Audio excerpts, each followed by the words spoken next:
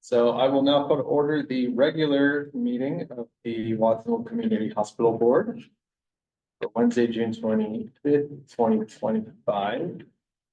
Before we take roll call, I promise I will call for a roll call this time around. We have two directors who are absent today and have requested an excused absence. As they're traveling, I'd like to make a motion that both Directors Friel and Gabriel Cox be excused for their absences. Can I get a second on that? A second. Thank you. I'll take roll on this item. Director Gallagher? Yeah. Director Pimentel? Yes. And Chairman. Yes, okay. Rosie, whenever you're ready, please give us a roll call. Yes, Director Gallagher? Here. Director Pimentel? Here. And Chairman Yang? Here. Okay, there was nothing to report out of today's closed session. Do we have any agenda modifications for consideration from staff for today's meeting? Everything, okay. Seeing none, I'll move us on to the public comment on matters not on tonight's agenda.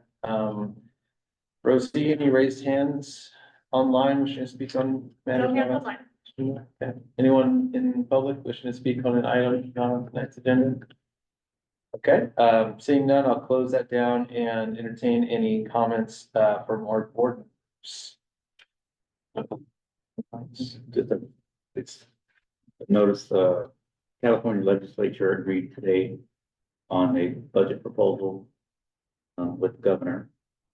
It would propose to still have bad impacts on our community, but not as bad as originally considered. And this is all before what our representatives in the federal government do to us and do to the state, which would make it worse for all. We'll update the theirs. A little bit of not as bad. Sure, if that makes sense. The state could have done something much worse. It could have done something bad, but it's wrong. I'll give some more details later. Thank you, Marcus. Okay, if there's no other comments from the board, I'll move us on to the consent calendar. We have two items on today's consent agenda. It's the minutes approval for May 28th, 2025, and our policies and policy summary approval for June 2025. Before I entertain a motion, I'll first ask for any clarifying questions from the board to staff about either of these two items. Anything? Seeing no questions for staff, I'll open up to public comment. Anybody wishing to speak on the consent calendar items number 1 and 2? No hands on line. No hands online. Anybody wishing to speak on these two items? Seeing no hands in person either, I'll close down the public comment and I will entertain a motion for the consent calendar items number 1 and 2. Move approval of the consent item. Thank you. Director Pimentel and Gallagher. Director Gallagher? Yeah. Director Pimentel? Yes. And Chairman Yang? Yes, okay. I'll move us on to our first discussion item of the night, and that is the Medical Executive Committee's report. Approval for June 2025. It's a report that we just received in closed session. Any additional questions for staff about this from the board? Okay. Seeing none, I'll move us over to the public comment portion for item number 3. Anybody wishing to speak on item number 3, the Med Exec Committee's report for approval for June 2025 online? Okay, seeing none online, anybody wishing to speak on this item in person? Seeing none, I'll close down the public comment and entertain an appropriate motion for item number 3. Move approval.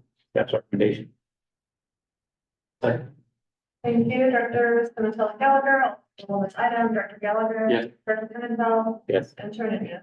Yes, okay, that brings us to item number 4, the Chief Executive Report. Steve, whenever you're ready. Yeah, thank you. So a bit of a shorter slide deck today. I'm going to walk you through a couple items and then I'll do more of a verbal report on some of the legislative updates because it was a lot to put on slides because there's a lot going on. And it's changing by the moment, it seems. So just to start, The two things I'm going to focus on here today are our district zoning process. And I'll go over the timeline and what that's going to look like, so you can see the different steps. And then again, I'll give a verbal update on legislative process, what's going on there, both the federal and state levels. But to start with the district zoning process, the health and safety code, as it was written for the healthcare district, notwithstanding any other law, within 5 years of the date of the first meeting of the Board of Directors of the Pajaro Valley Healthcare District, the Board of Directors shall adopt a resolution to divide the district into zones and number the zones consecutively. So this is our charge. We have to do this by some point in 2027, which means we're going to do it in time for the 2026 November election. So that's where this timeline comes, brings us up to that code in advance. So what has happened so far is that on October 30th, this body, the district board passed a resolution of intention to transition to a bi-division election system, effective starting with the November 3rd, 2026 general district election.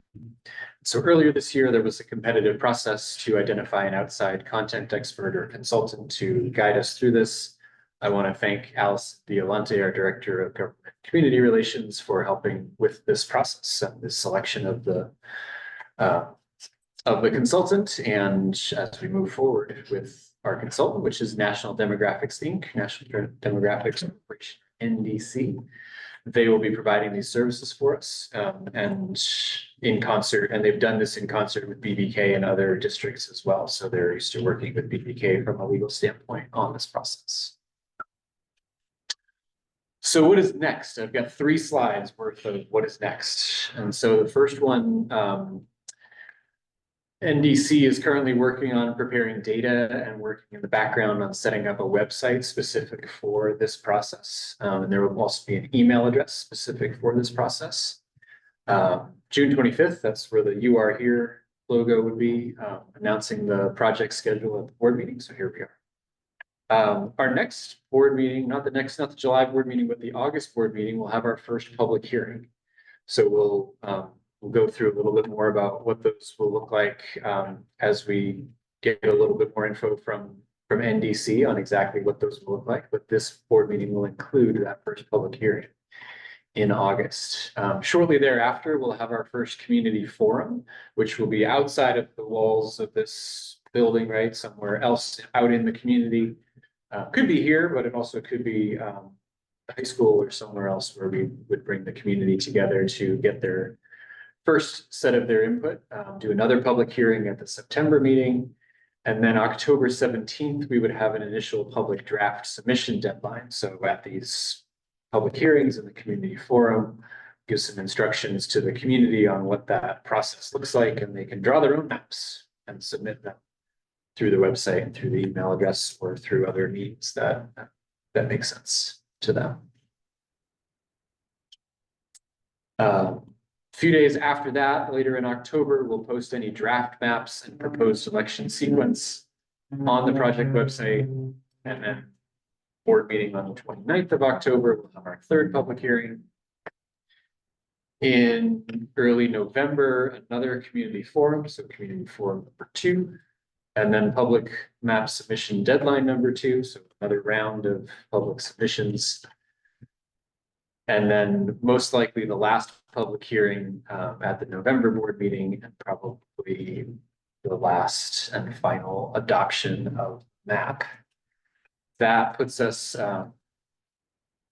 well within reach of our deadlines, which is where the submission process comes in. So January through March, NDC would be submitting any technical files to the registrar with the map files and so forth, with who's in what district. We would send the official adoption resolution that we adopted ideally at that November meeting. We have built in, as you can see, some extra time in case it's needed. But we don't anticipate that it will be. The actual deadline for submitting all of this to the registrar is July 2nd, but we are encouraged by the registrar to get stuff into them by April so that it doesn't all get backed up with all of the other things that they have coming in. And we feel like we should be well positioned to be able to do that. And then November would be the election. Can we pause there and just see Absolutely. That's any questions about that timeline or? I know it's a lot. We can get back up, I right? can go back. Any questions about that?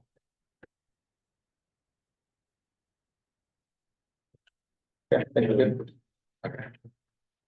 Exciting. Yeah. Exciting. Exciting stuff. It's a new phase, right? Yeah. It's our new. We're moving from toddlerhood to. Okay, so this is no slides on this. This is just a verbal update because I've got a couple of pages worth of notes on what has gone on lately with federal legislation and also state legislation. So, and thank you again to Allison for helping me put all this together.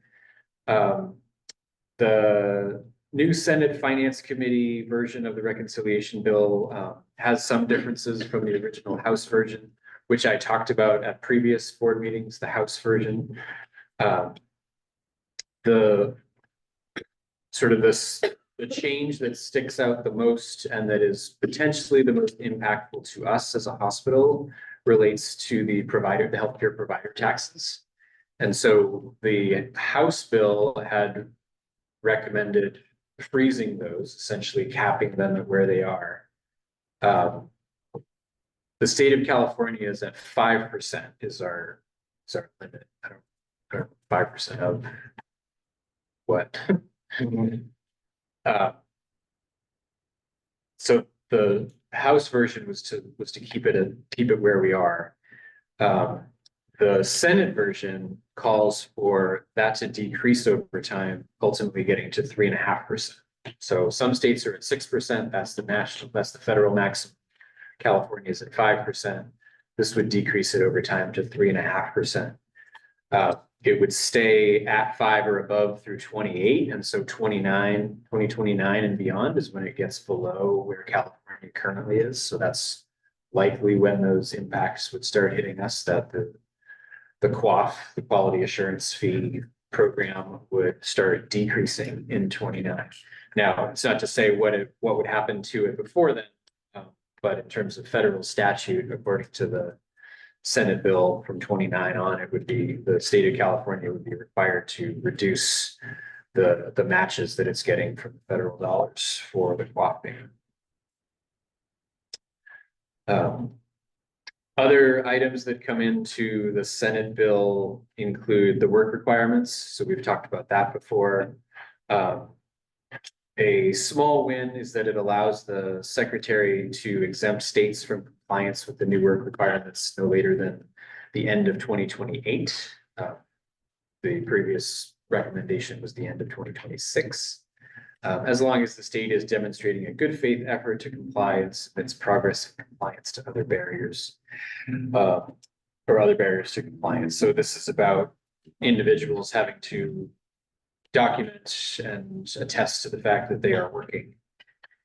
So being able to get some delay on that would be helpful, but it still is in there. It's also recommending further restrictions on immigrant eligibility for federally funded Medicaid coverage by further restricting the definition of quote, qualified immigrant. That would be effective in October of 2026.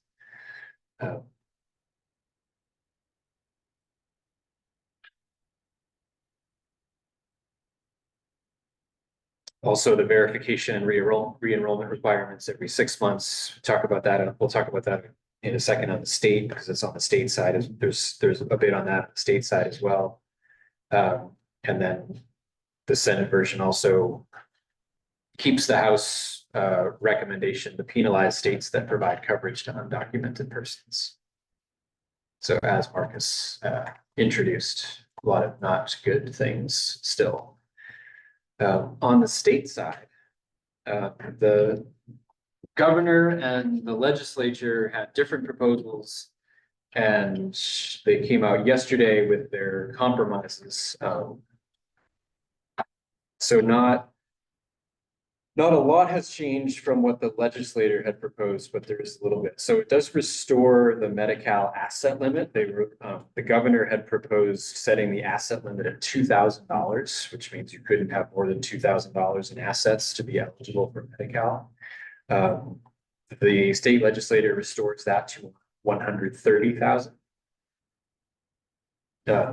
It also modifies the governor's Medi-Cal enrollment freeze proposal, applying it only to those with unsatisfactory immigration status who are 19 years of age and older and beginning in 26. And changing the re-enrollment grace period from 6 months to 3 months. So there is a grace period, but it would only be 3 months. The governor also proposed that there would be monthly Medi-Cal premiums of $100 a month. The legislator recommended 30, and that's what the compromise bill proposes, is $30 per month. Limiting that to the age ranges from 19 to 59 and delaying the start of that until January 2027.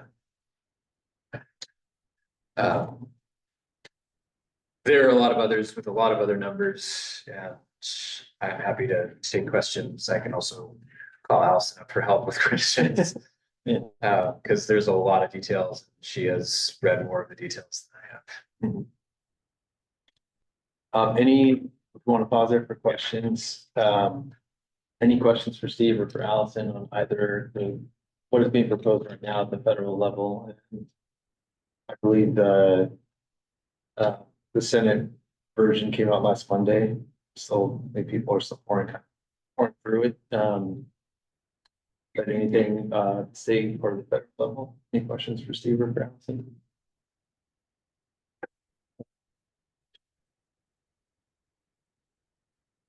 No, not really a question.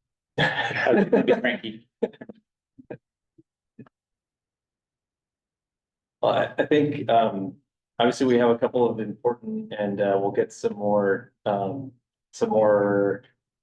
numbers and kind of I thought we had a really great launch of Outlook at last meeting, but more of a comment than a question, I suppose. But I know that we have to make some really difficult decisions already. Wondering how and like what opportunities we're going to give the public to kind of be a part of that process as we make these really difficult decisions. As I think, the overall numbers, right, are really difficult. And like you said, Steve, some of them are likely going to be implemented middle of 2026, late 2026. And so we have some time to think about this, but not too much.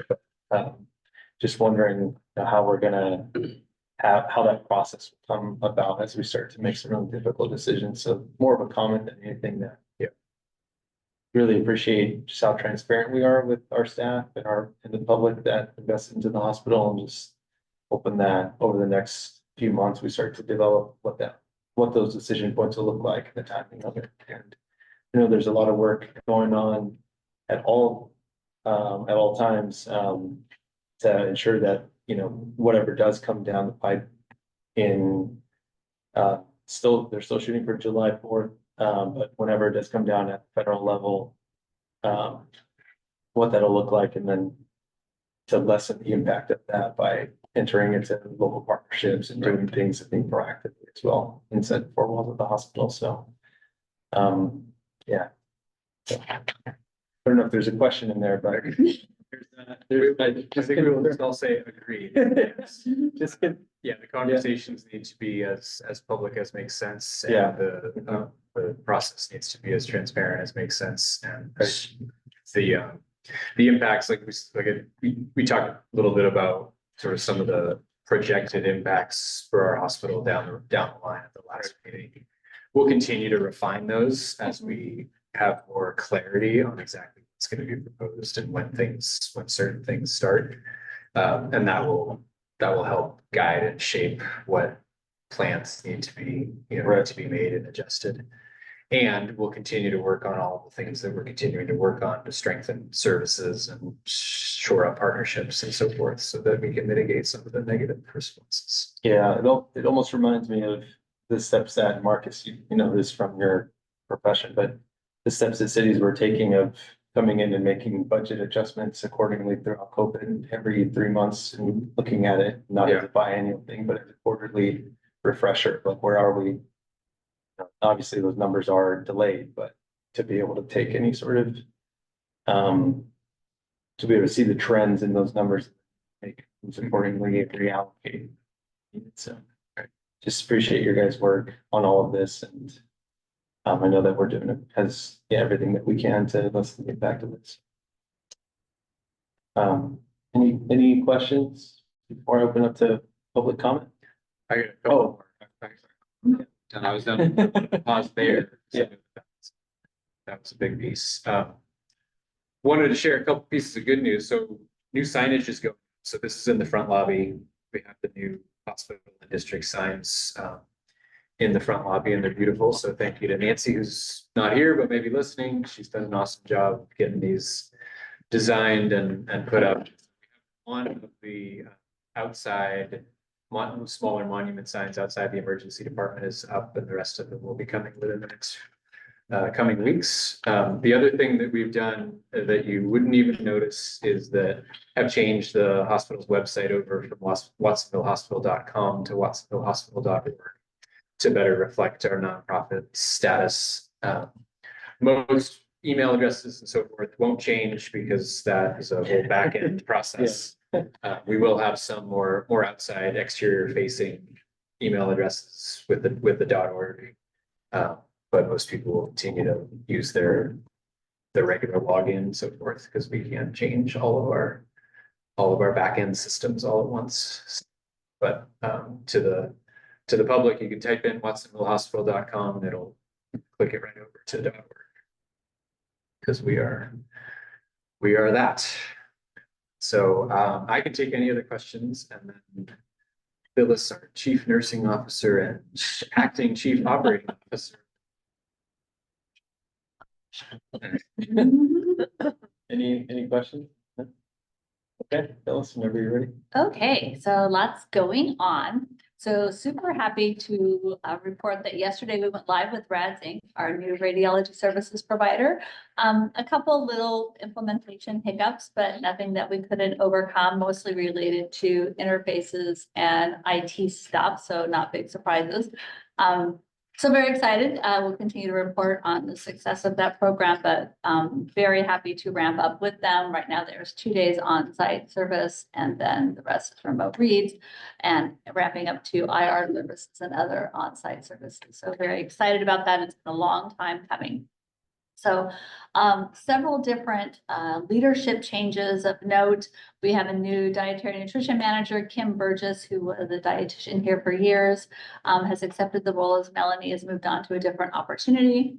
We are in the nutrition space. We've hired a new chef, and we're going to be opening the cafe. So those of you who are here in the mornings, it was a very popular offering before. So very excited to have that opening again, and so well supported by volunteer services as well. So that's super cool and exciting for our staff, patients, and visitors. Other leadership news, we will be announcing the lab director, Jason Lampel, has accepted the lab director role, and Kelly Strickling, longtime employee, 36 years with the organization, has accepted a supervisory role. She's been kind of operating in that for months, and as you may recall, she is very helpful during the cyber attack this year and worked tirelessly at the medical center. So that announcement's coming out tomorrow, but I wanted to make the board aware of that today. A lot of physician contracting going on right now. We have had on site one general surgeon and one orthopedic surgeon. I believe we've made an offer, and then we're talking to a couple other general surgeons. So a lot of opportunity for us to build volume in that space. Some GI positions have kind of come out of the woodwork. So looking at developing a more in-person GI consult service, rather than right now we're maybe about 30% in person. So very excited about that for the medical center in our community. Working on expanding hospitalist contracts. We are working still on in-person intensivists in our CCU. I'm happy to say in the month of July, we only have 5 days that are covered by tele-intensivists. So this is great progress. Working to strengthen the anesthesia scheduling. I know many of you have heard about some of our anesthesia issues, and it's really been availability and scheduling. So I looked through October and the anesthesia coverage is looking really strong. So really happy to report that as it supports general surgery, orthosurgery, and all the other procedural areas we have. For programs, I'm happy to say that the palliative care team, we went live, soft launch in May. We went live in June. We have seen 30 patients to date in our very short-lived tenure, and it's going really well. And we're working on metrics to show the ROI and the proof of concept, but basically getting patients goals of care known to their families, getting patients with advanced directives and post agreements before they leave the medical center. So those are some of our goals. Dr. Janet Nagamini, a well-known physician in our community, is our medical director and doing a fabulous job. And lastly, for programs, Cath Lab's first cases, July 22nd. We are looking forward to that. We are getting ready to warm up that room with a lot of work going on. So very excited. I can't wait to tell you all that it actually happened, but it's coming. I know you're sick of hearing about that. And then related to Measure N things that are going on. And I know we have some guests here who are going to talk a little bit about an agenda item we have coming up, looking at the radiologic equipment that's being purchased with Measure N funds. So very excited about that. And super excited to have our Philips partners here in the audience today. We are moving forward with the ED design planning. So that is happening as well. So we're really excited about that. And that has staff and physician involvement. And then we are starting our LED light project planning. So those are the 3 Measure N projects that are kind of warming up here. And we'll continue to bring back updates on those. I think that's it. I'm happy to answer questions. Any questions? The cafe, right? You're like, yay, the cafe. Yay. When might we, do we have an update on that? I mean, I don't have an exact open date because my volunteer leader is out on a medical leave right now, so I'm trying to my volunteers. So our cook started Monday, so we're getting him kind of oriented to the team, but I would say maybe end of month soft launch, maybe a couple. We're gonna start, light and work our way into it. So I'll let you know that you can have a bite. We're very excited about it.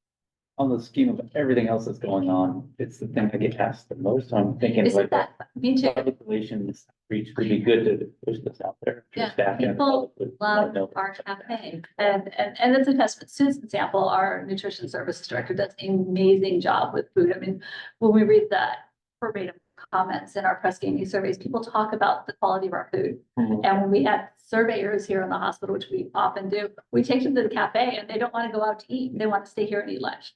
So thank you for saying that. Any other questions? Comments on filling those positions, a lot of good names there. It's good to be reminded of the good things going on, so I Sure. appreciate that. You know what? That's Hard work. exactly what Yeah. we need to toggle back and forth Yeah. between everything. So Yeah. there's a lot of good work going on. Saying that. Okay. Any other announcements from the CEO report for the public comment? Okay.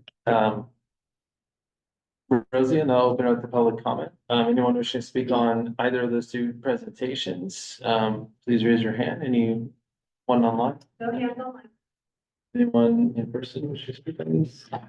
Okay, closing public comment. Thank you for the report, and Julie, whenever you're ready, move on to item number 5, the Chief Financial Officer performance update.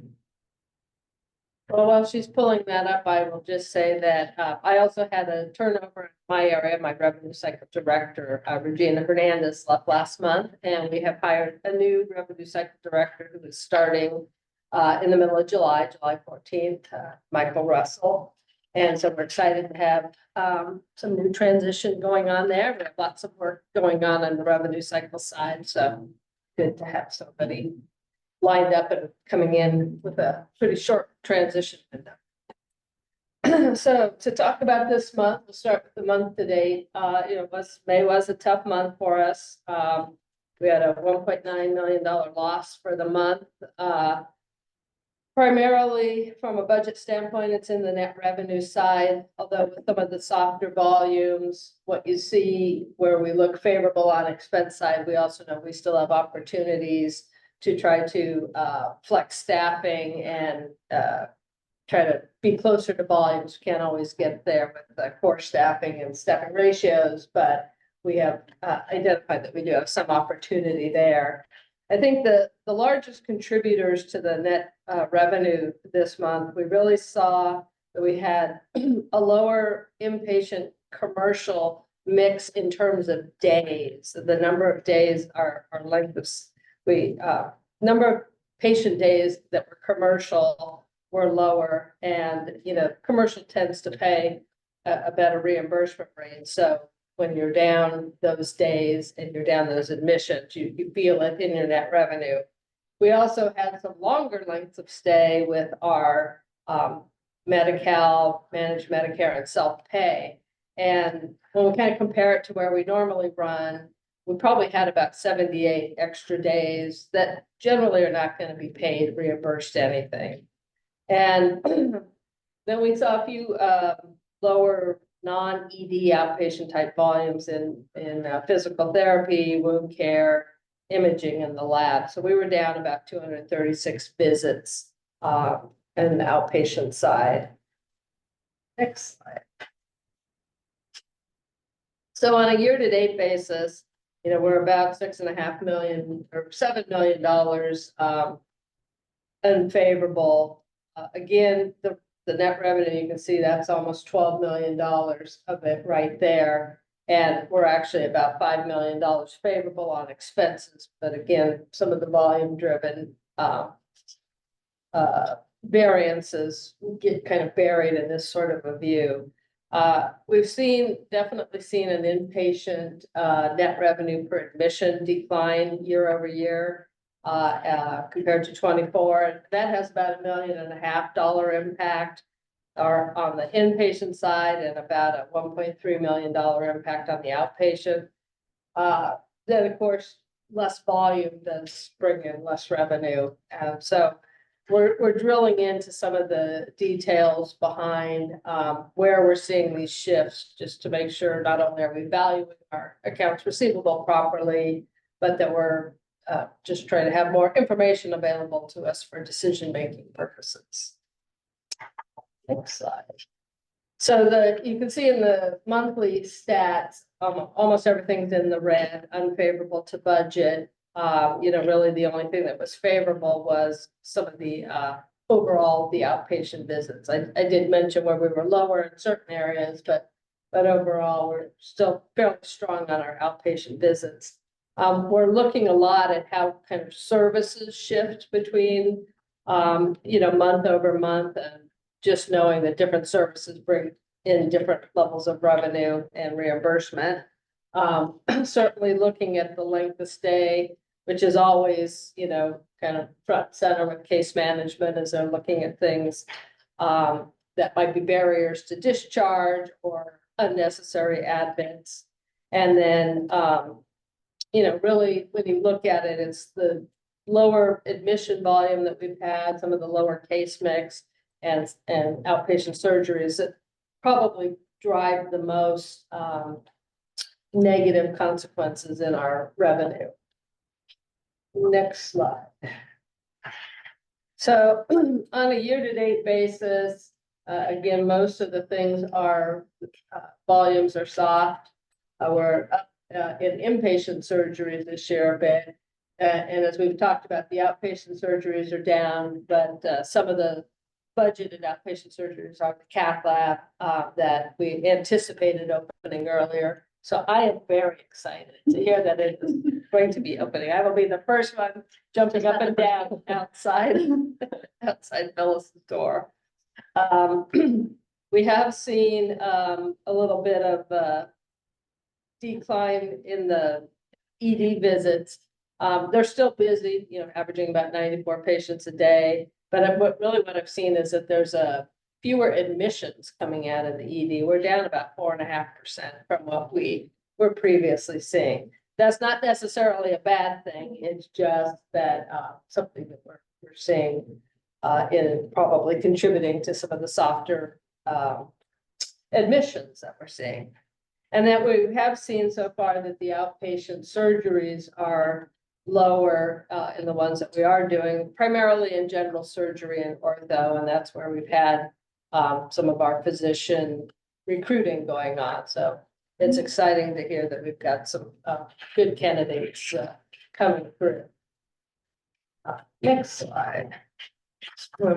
So just to talk a little bit more about the case mix, you know, it does fluctuate, and it, you know, here it shows a slightly downward trend. But if I really look at it from about, you know, November, December forward, it's more of a generally an upward trend. And I think it's important to realize, you know, for every little increment of about 1/100, that's worth, you know, like roughly $94 more in the admission.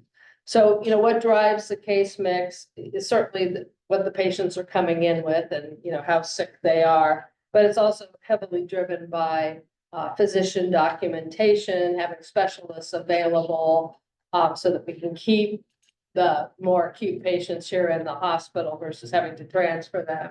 So this has definitely been an area of focus for us in HIM and case management and everywhere, to make sure that we're capturing the acuity of the patient as it has direct correlation to reimbursement.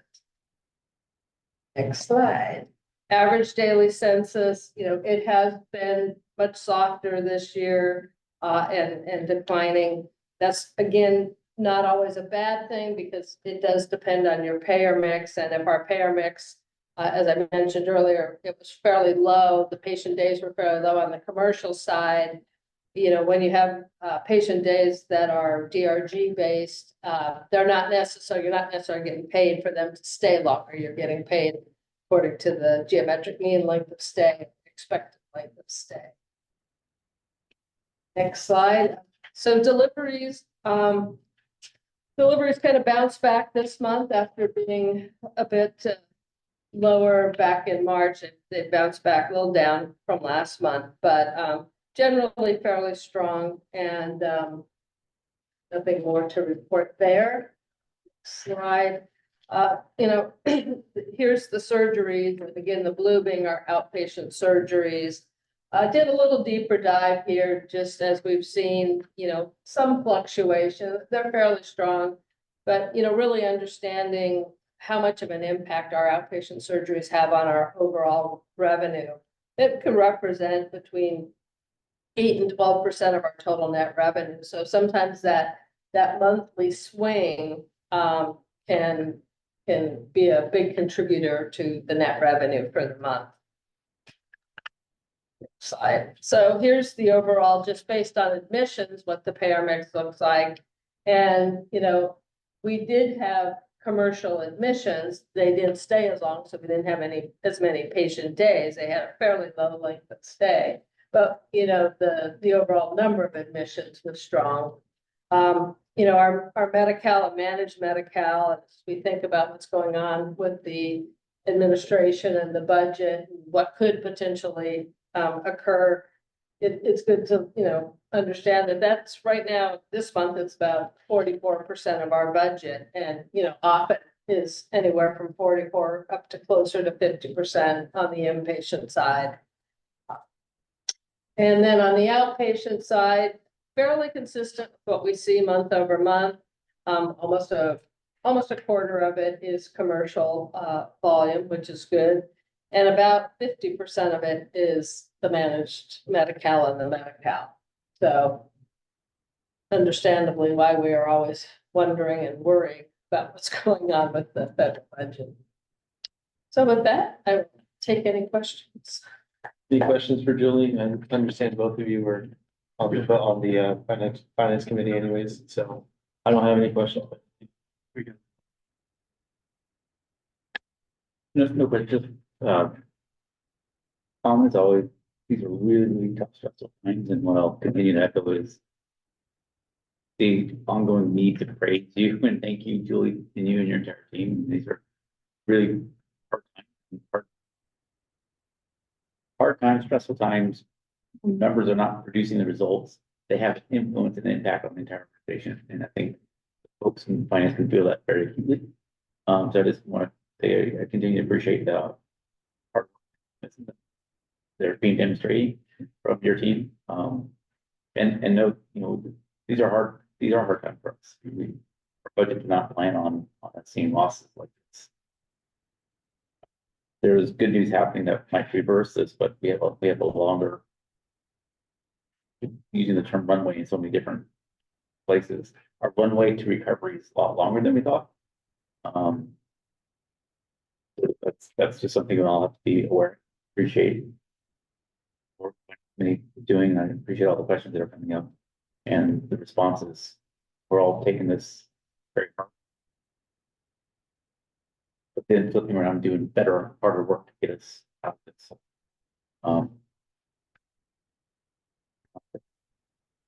Not a question, more of a comment. Reflection that these are hard times. Our cash is at a dangerous position. Revenue not trending the way we want. But there are enough mile markers and things in action that I know that runway won't get to the end of that runway, whether it's 12 months or 18 months now. We'll be in a much stronger position. Next period of time is going to be still challenging for us. Yeah, a lot of work to do, and I think fewer people to do it. Is kind of how the snowball continues to go. Julie, would you consider now with the new revenue cycle person coming on next month, would that be fully staffed, or I guess where is your department right now on that? We are pretty close to fully staffed. We still have some holes in accounts payable. We're still searching for a new PP manager. Okay. And, but we do, besides the revenue cycle director coming on, I also have a new, senior financial analyst. We've been kind of filling that with a interim for a while, and the new financial analyst went through orientation on Monday, but her official start date is this next Monday. Great, okay. I'm guessing it's a shove right into the pool, right? It's not like a. Yeah, okay. I don't have any other questions, just, Julie, thank you for your work on this and for your team's work on this. I know all the admin right now is doing everything that they can as well to kind of see us through this really difficult patch. And to both of you for serving on the finance committee, going in, asking questions that I know that we're all interested in. Just thank you for your work on that, for your time doing those things. So I'll open up to public comment, and before we move on to item number 6. Anyone wishing to speak on item number 5, the CFO report for for May 2025. Any raised hands? No hands online. Okay. Anyone wish to speak on this item? Okay. Seeing none, I'll close down the public comment. We'll go on to item number 6, the Watsonville Community Hospital Quality Report. Michael, whenever you're ready. Thank you for having me. We also come with good news. We onboarded an infection specialist who is.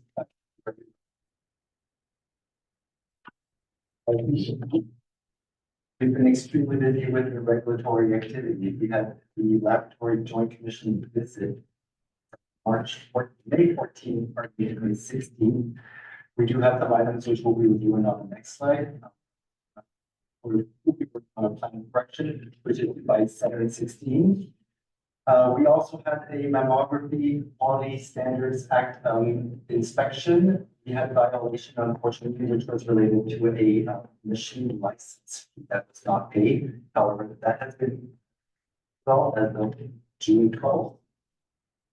Additionally, CDPH showed up May 27 with 2 surveyors with a complaint of population. Well, that facility reported incident of injury that was related to documentation on the patient did come in with pressure injuries upon his admission. We have received our 2567 for this visit. We have no plan of correction required. The criteria to elevate to the conditions of participation. My apologies. We did, however, identify standards deficiencies under patients' rights, grievances, and restraints, as well as supervision of contract staff. On our response letter, which should be mailed by the week. We also had a successful board of on June 5th. And we finally had our trailer, city trailer finally fully licensed through that same visit with the CMS CDPH surveyors. Next slide, please. You have here the safer matrix from the findings for the Joint Commission Laboratory survey. The highest level finding was that we are on our plan of correction with our laboratory director, our nurse directors, and see the other deficiencies identified were which are moderate and low, limited scope of effect. And two patterns identified in start as we speak. Next slide, please. A quick update on healthcare acquired conditions. We are doing well. Calendar year will be 8 down from our previous report. Next slide, please. Hospital-wide admission, and so you have here the 30-day, 7-day, 14-day, and 3-day readmission rates at 2 all California hospitals averages. For our 30-day, we are somewhat a little lower than the California average. Pretty standard to California. Next slide, please. Same data, however, trended over the past 5 years. So this data does stop forward to the data package to HQIP analytics. Next slide, please. Principal diagnosis mortality rate for cases, we are still well in the alpha. Next slide, please. And some of the quality department initiatives that we've been working on the past 3 months. We continue working on the medications list to ensure medications to ensure the safety of their care throughout their stay. Working the health equity report. Meeting. This could be Assembly Bill 1204. We are working with HQI Analytics with a division with our division of the California Hospital Association. There is the Collaborative Healthcare Patient Safety Organization. We are speaking to this a little later. We have submitted our leapfrog for this year. We are continuing with our deep step station. We've initiated a policy governance work group to get our policies up to date to ensure that we are survey ready. We have promoted one of my staff to risk and compliance program director, and she's working hard with data to make sure that we are hitting all marks in that department. We continue to work with HCAHPS with our HCAHPS scores and testing to ensure that we are getting all those results in and all information back from our patients so that we can improve the quality of our care. And we've initiated metal detection process to increase the safety of our staff and our patients.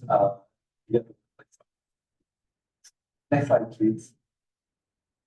So this slide speaks to AB 1204. And so we are required to submit an annual report on measures of patient access, quality, and stratify our outcomes by race, ethnicity, language, disability status, sexual orientation, gender identity, and payer.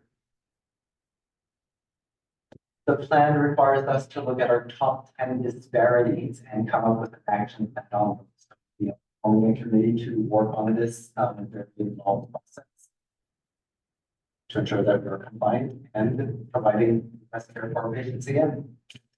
Next slide, please. This slide speaks to the Collaborative Healthcare Patient Safety Organization. The CHPSO designation is a federally designated patient safety organization. The information that we communicate with them is confidential. It is my understanding that 10 years ago, we did participate in a patient safety organization, and I'm just initiating that process at this time. We upload our incident reports that are patient safety related, and the software aggregates and analyzes our data and provides us with better insight on how to improve the quality of our care. It draws on other facilities' submissions as well. They use AI to analyze the incident reports, come up with the themes and provide those to us. And so it is very exciting and I'll provide some of that. Thank you. And we have effectively submitted our leapfrog survey for fall 2025. Yeah, hopefully increase today. We did, however, identify some opportunities for improvement, which we've already addressed. So we are working on our intensive step. Units and having some units of drafting surgical volumes. And so we need to increase those surgical volumes to ensure that it's comfortable with performing these procedures. As well documenting our PSN for nursing staff. Continuing with health reduction. Excellent. That is it. I'm not speaking questions. Michael, one of the things, a couple slides back, MD stat and staff, something. What is it? And so that is a medical staff office management software into the FPP and LPP process. Okay, thank you. Any other questions for Michael about his presentation?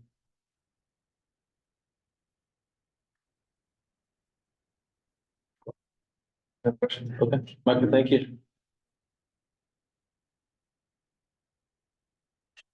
Okay, I will open up to the public for any comments on that presentation. So anybody joining us online wishing to speak on the item, please raise your hand. Hands online. See no raised hands online. Anybody with this in person? See no raised hands in person. I'll close on the public comment. Thank Michael again for his presentation. I'll move us on to item number 7. This is the amendment to the Master Software and Services Agreement with Solventum Health Information Systems Incorporated. And it says that Julie is our presenter. Yes, I am going to present. If there's any questions I can't answer, I also have Michelle Huntley, who's our HIM director, on the line here to take those questions. This is a software and services agreement that we currently have had in place for a number of amendments. We're actually on amendment number 14 of the Master Services Agreement. This is software that's used for coding and reimbursement, clinical documentation, integrity, and Fluency Direct for the provider voice and typed patient documentation. So this really supports our revenue cycle as well as patient care. There's a couple, these are 2 different products with a lot of kind of sub products underneath. And our ability to link them together in one updated agreement allowed us to have some discounts. We've also looked at the variation of pricing if you went a 1-year, a 3, or a 5-year, and chose to go with the 5-year renewal agreement at the best pricing for us. So this is going to cost about $289,000 per year for all of these services. And one of them, the coding and reimbursement side of software is actually will begin effective in October. The one with Fluency Direct and the CDI piece, or actually it's a Fluency Direct and the patient documentation piece goes into effect immediately. We had actually requested a 30-day extension so that we could make sure we could bring it to this meeting. So take any questions. Any questions for Julie? I got some of this yesterday more, and I'm in favor of this. This sounds like a no-brainer in lots of ways. Given the 5-year contract, that we were to have a different EHR somewhere down the road, that's a foreseeable problem to be able to interface with Solventum. No, this is a very common solution that many of the other providers use. Thanks. Marcus, any questions for Julie? No. Director. Joe. Mentioned, hey Joe. I appreciate the time yesterday to better understand this finance committee and those comments. I don't have any questions either, and so Julie, just thank you for the quick overview. As I was reading through, I agree with Joe. Seems like a no-brainer for us to do this. So I'll open up to public comment on item number 7, if there's no other questions. Anyone wishing to speak on item number 7, please raise your hand online. Yeah, that's fine. Okay, anyone with this here wishing to speak on this item? No raise hands, I'll close on public comment and entertain any final comments from the board and an appropriate motion on item number 7. I'll move staff's recommendation. I'd like to add, thank you, Michelle, for your input yesterday. Made a big difference. Thank you. And your run down the Thank hall. you. Thank you very much. All right, Director Gallagher, thank you. I'll take a roll on this item. Yes. Director Pimentel. Yes. And Chair Gagnon. Yes. Okay, brings us to item number 8, or final item of the hospital board meeting, and this is the Watsonville Community Hospital Radiology Modernization. Yeah, thank you. So I'm going to present on this, but I'm going to look to Phyllis for helping me answer questions. And also we have our partners here from Phillips who can help answer questions as well. So today we're looking for a motion to approve signing authority to acquire a full suite of Philips imaging technology, including a CT scanner, MRI, fluoroscopy units, C-arm, portable X-ray machines. This will help us address downtime, modernize our aging assets, and strategically expand our diagnostic services at our hospital. As you can see in the report, we see about close to 10,000 people a year, or exams a year in the first 4 months of this year. So 5,000 X-rays, for 3,500 CTs, and almost 1,000 MRI exams. The downtime has been is going to be one of the big opportunities for improvement here. So we had 28 days of downtime on the CT scanner the past 12 months, 18 on MRI, and 10 days with the CR. Best practice, as I understand it, is like a 98% uptime, which is more like 7 days of downtime. So we're looking forward to being able to improve on all that.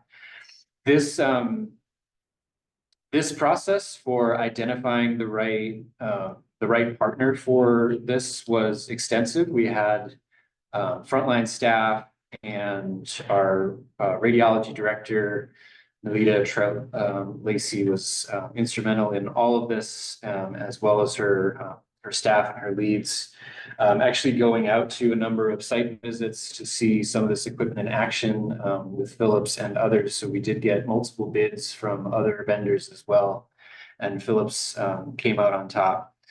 Now, this is a huge capital investment, and so as you know, this is being funded by our bond proceeds from Measure N. So these are dollars coming from our voters who have voted to approve that measure back in March. And so we anticipate that the MR and the CT would be the first to come online, and that those would be part of the tranche of bond dollars that we have in hand right now. And that we will evaluate as we go what kind of funding we have left from tranche 1 and what the timing is on tranche 2 from our bond proceeds, to identify the exact timing on the other phases of the work, the two, the radiology and fluoroscopy rooms. And so we're really looking forward to moving this forward, starting the construction. There is construction that needs to happen with, particularly with the MR and CT, and also with the other fluoroscopy rooms as well. And so getting all of the permitting and work started as soon as possible is critical, so that we can get at least these first 2 items in place, hopefully by the end of the year. With that, Great. Do our partners from Philips want to? anything you want Anything that to, they would anything like you want to to say, add? or did you want to just come and answer questions? I mean, we can answer any question. I just want to say how, proud, we are to be part of this project, right? So it's been a little bit different, than when we work with other customers. Right. This is the community, like stepping in, so we feel really honored to be part of this. And, what I can relate, because I was part of all the site visit, that the group from Watsonville and Hospital was there, was always asking questions. What is this really? Why are we, buying this? And what is this going to do for us? And we are really looking forward to it. It's really critical day, but I want to be back in a few months for the opening and just to show you the fantastic thing. If I could just say the functionality that this equipment brings, it's not just a CT and MRI scanner. I mean, what we have now is, I don't know, very old. And it functions and it's great, but this is, I mean, we are moving into this whole new era of functionality, and with the cath lab, and the cath lab is a Philips product, I think everybody knows that. And so the functionality that we get, that will deliver just state-of-the-art care to our communities, something that we will be the only ones who have this. So this is really cool. This is something that we really need to impress upon the voters, that what they have purchased is really not just new stuff. It's like state-of-the-art, super cool stuff that brings an amazing ability to really diagnose and to treat patients in a different way. So it's really exciting. Our radiology group is super excited, as are all of our physicians. And it's actually a huge selling point. We have physicians coming on site, doing all of these roundings, talking about this equipment. Their eyes just light up. So it's super exciting. And I want to thank Philips Partners, because you guys have really leaned in with us and back and forth and back. So really appreciate that. You're absolutely right. I mean, just to give you a kind of a sense, some of the technology that is part of the package, if you need to access it, it would be standard, would be the next stop, to access this type of technology. In terms of reputation and access, it's going to be hugely.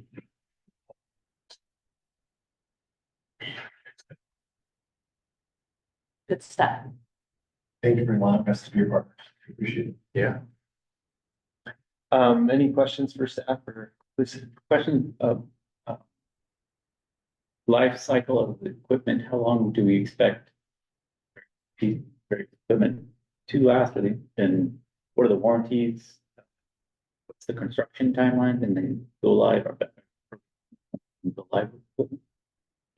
The equipment will still come with, there's a minimum of 10 years comes built in. Depending on when you buy into this life cycle, but we usually maintain a standard much more than. So you can expect, realistically between 10, 15, or even depending on the piece of equipment, right? And that's pretty typical for many of them. national average right now for CT for any hospital or anyone using or purchasing a CT in North America? 2 years, MR is about 18 years. So that's about the life cycle expectation if you're. Actually, it's a little bit longer. Early timeline, I think, was part of that question. That's going to be one of my questions as well. So you guys, please go ahead and speak to the. No, I mean, so we, we want to, it's be able to all pieces together, and the next step is getting, structure. Something with people design, because right now we're in the phase where you bring the contractor and you're always going to give you a ballpark number, right? Sure, we can do this amount of money, but now when you say, okay, let's switch the contract, and you need to bring every, the plumber, the electrician on site, so they start really looking at all the details.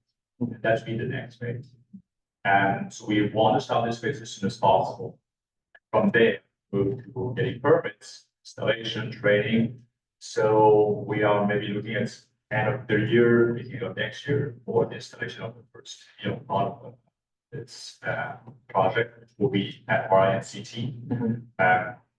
Depending on permits and how fast construction moves, there's a few months, to be added, or maybe we can shave in some areas, but that's right now the timeline. Some of the good news, I guess, about the construction is this is an unlicensed space, so OSHPD 3 space, so we do not have to go to the state, these are city permits. Yeah. So I saw you thinking about that. Yeah. So that's really good news because OSHPD, HI, the state level takes a much longer, much more difficult. These are local permits for this part of the project, so that's really good news.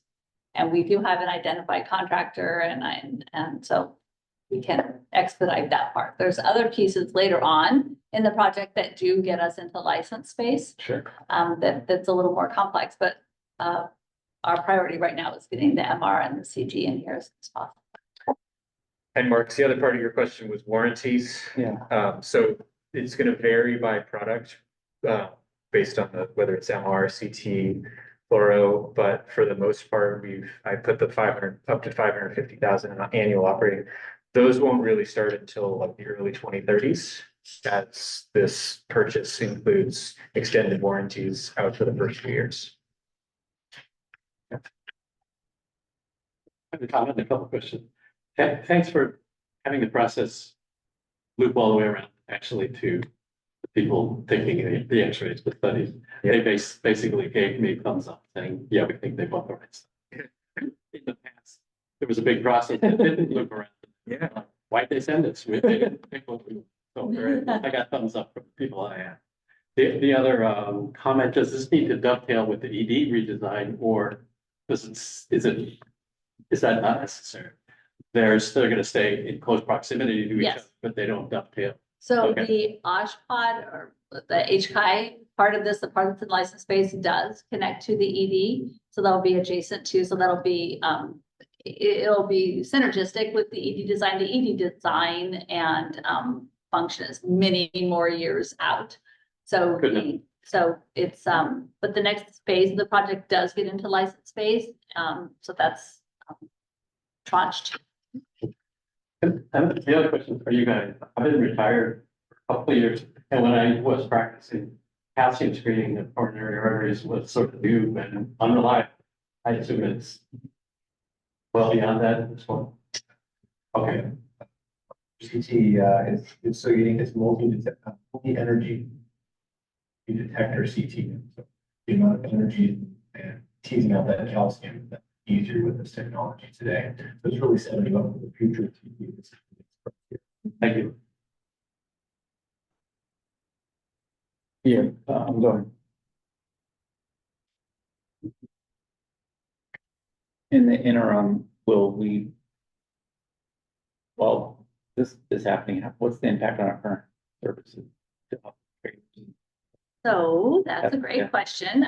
So part of the great partnership we have with Philips is the existing CT, as we get into the signing and all of these things, is that the Philips team will, I'm gonna use maybe not the right words, but certify our existing CT scanner as fully functional and give us some quasi guarantee that it's gonna keep running. So that the yeah, there's a lot of air quotes around that. But then the CT trailer that we have will be able to be removed so that we can bring an MRI trailer on site. So we continue with MRI services and then our existing CT scanner will remain functional. So we'll have no disruption in services. There'll be some construction, plastic walls and things like that going up, but we will be able to stay fully. Any other questions, Marcus? Or I think you answered it, I was gonna ask. In the suite of buying new equipment, is this like the Rolls Royce, whatever the greatest car of the day is? I'm not a car guy. we got 6 people here. So. But, yeah, Is it I know the that. It dovetails, I think you answered, like, where would somebody have to drive to get equipment service? I think you said Stanford. Yeah. Yeah, I mean, it would be Stanford with CSN. If you look at the technology, that is with the package and you say, okay, well, I want to go see a piece of equipment, we'll have to point you, well, the equipment that's installed at Stanford or Houston. So and it's not, the mindset of we want to stay with the up. We need, to show that they're still the up, which we need that. Let's look at the package. Brings really that draw. Also, the request of Nell starting an RSNA last year, which is a large radio line show in Chicago. We hosted her there. She can't purchase something today and in 2 years not be ready to be. I need something beyond. Where are we with CT technology specifically, where then I can get myself. We're pleased that we're able to package this in a way to get to that. The energy CT, which is truly the new frontier, at the same time, get you into helium-free technology and MR, which is a resource. Rapidly rising. Philips is one of the first to partner.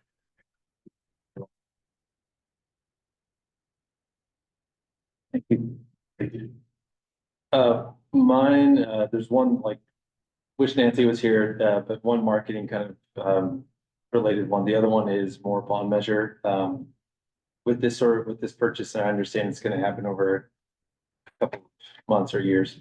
Where would that put us overall with the remaining dollars from that first tranche? We're gonna have a meeting on that with finance in a couple of days, so I'll have to get back to you on that. Because this, and again, this is gonna be different phases. There's the construction piece, which sometimes needs some wiggle room in it. So I don't have an exact number on that for you, and probably won't until these two machines are installed. But we're definitely planning around that to see what we can still fit into tranche one and how quickly we need to pull out tranche two. Yep. Okay. And then the other one is, kind of along the same lines as the question that you asked about what level of sort of tech or, you know, these, devices are gonna be, device is probably too small, but,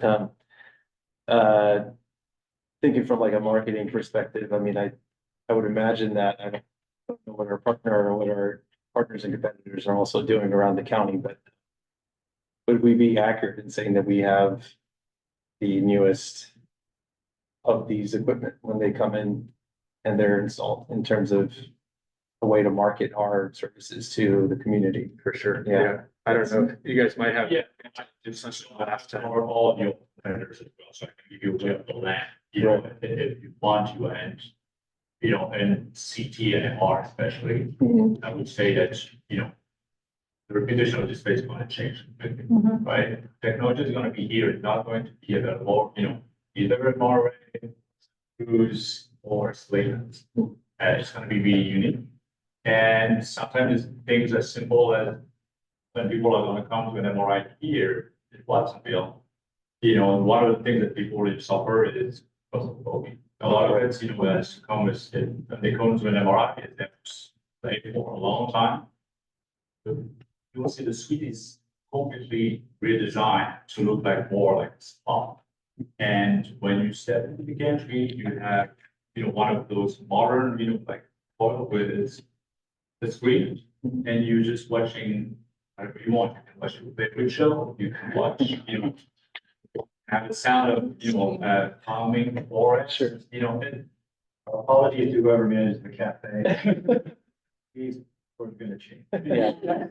It's totally true. So we installed, you know, that system as Moran L, and they installed two MRI.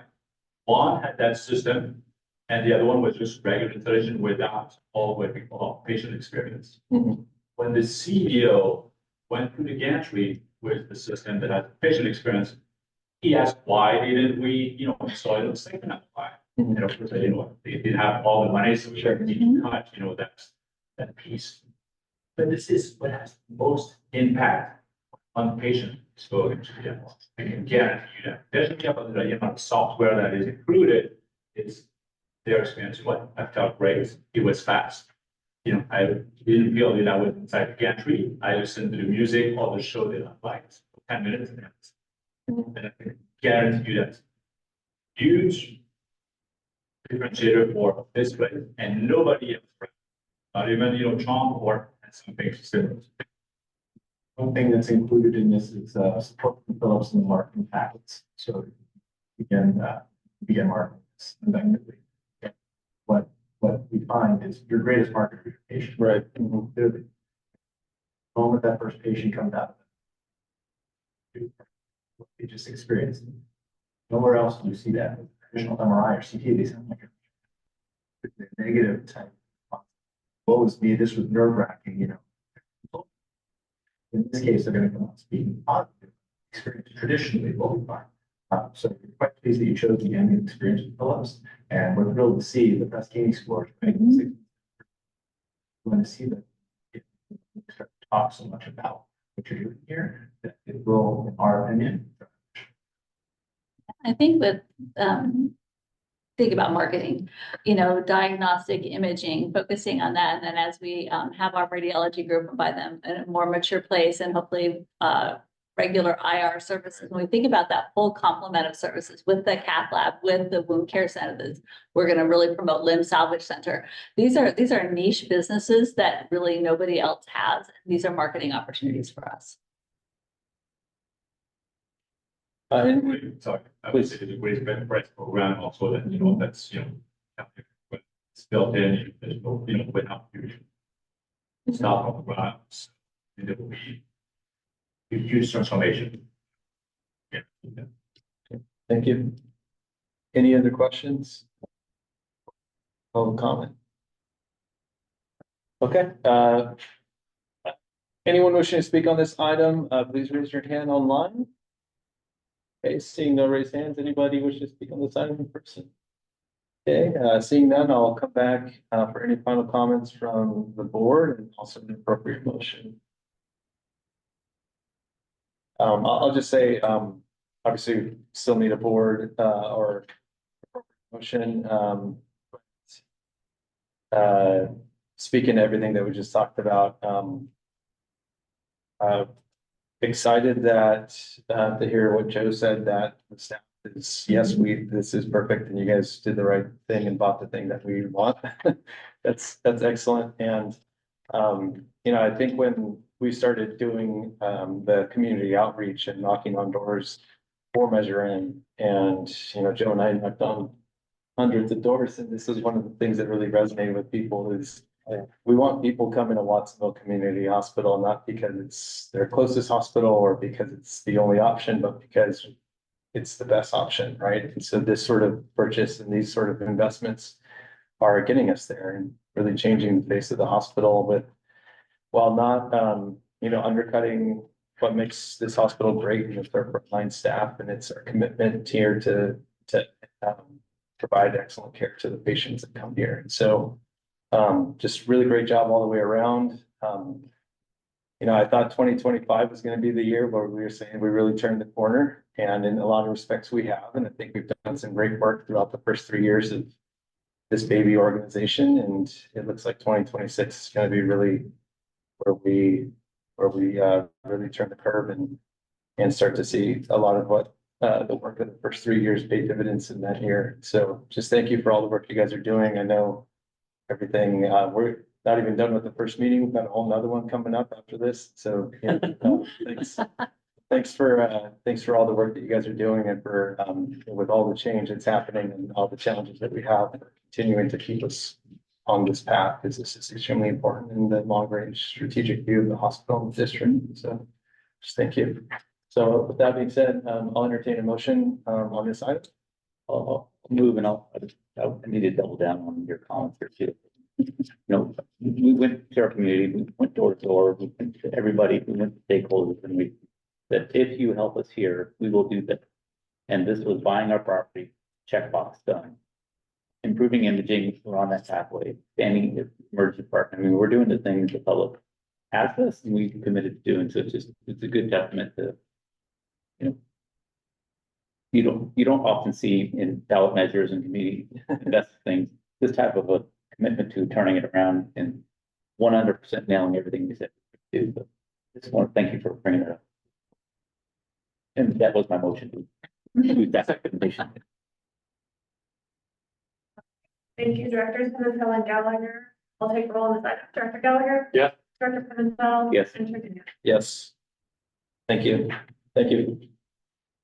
Okay, that brings us to the end of the Watsonville Community Hospital Board meeting.